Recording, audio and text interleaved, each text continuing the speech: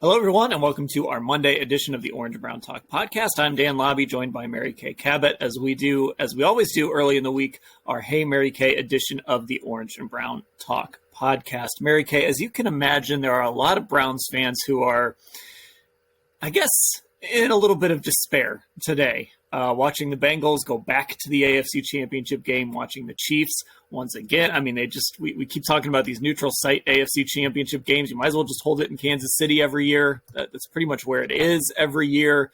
We all saw kind of how the Ravens fought against Cincinnati. We got a few questions with this theme, so I think there's a lot of places we can go with this. Let's just start here. Dave, I'm not going to try to pronounce your last name. So just Dave in Vero Beach, Florida. Hey, Mary Kay, I'm depressed after watching the playoffs this weekend. These teams have stacked rosters. The Eagles have 4 double-digit sackers, plus a future Hall of Famer in Fletcher Cox, who has 7 sacks, by the way. How do the Browns possibly add enough talent to really contend? You know what? That is a fantastic question. I will tell you what. When the Eagles came to town to practice against the Cleveland Browns this summer, you knew that was a loaded roster and they were going to be really good. The only X factor really was Jalen Hurts. Nobody knew if he was going to be able to take this team where it wanted to go.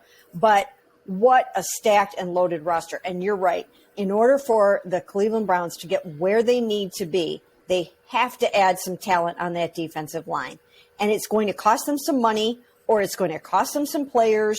Whatever the case may be, they need to get that defensive line where Jim Schwartz wants it to be, where Andrew Berry wants it to be, where Kevin Stefanski wants it to be.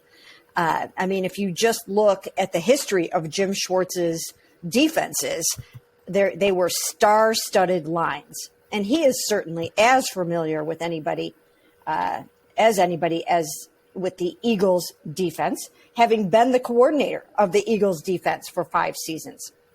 So certainly they're going to have to come up with some guys somehow, some way to run their defense the way that they want to. Now, is that going to be easy? Not by a long shot. Some of these guys that you look at that might become free agents, when they're that good and they don't have any issues with their current team, you find a way to keep those guys. You do not let good defensive ends and good pass rushing defensive tackles walk out your door. So if the Browns are going to get a couple of those guys, they're going to have to pay and maybe even overpay for them. But at this point, I think it's necessary. I think it's what they're going to have to do. Look around in trades, look around in free agency, add that premier tackle, add that premier end. There were so many little things this weekend that I think probably should bug Browns fans. And it's like Philly, it just feels like Philly is such a smart team, which isn't surprising at all, right? That's the Howie Roseman. Of course, Andrew Berry spent a year there in part because that's sort of what Philly is known for.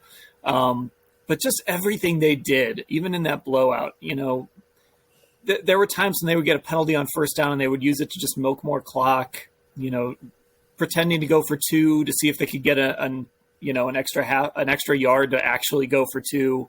It's just little things like that. You can see that talent and then that winning on the margins, how good they are and how well coached they are. And what a great job Nick Sirianni's done. Cincinnati, to go into Buffalo in the snow and just absolutely dominate that game. Just physically, mentally, that was all Bengals from the start. It was just really impressive stuff. And, I don't know. I can understand why Browns fans some of it is living in the moment. You start to feel better as you get farther away from it. But I can understand how Browns fans can watch some of these teams this weekend and think, man, how close is this team? Yeah, I hear exactly what you're saying. Let's start with Philadelphia. As you mentioned, smart football. So it all goes hand in hand. The roster is amazing.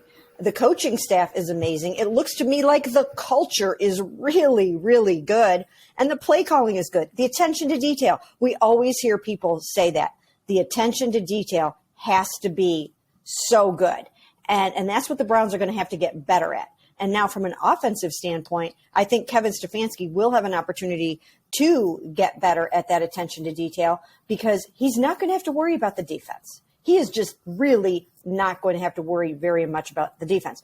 This past season, he had to worry plenty.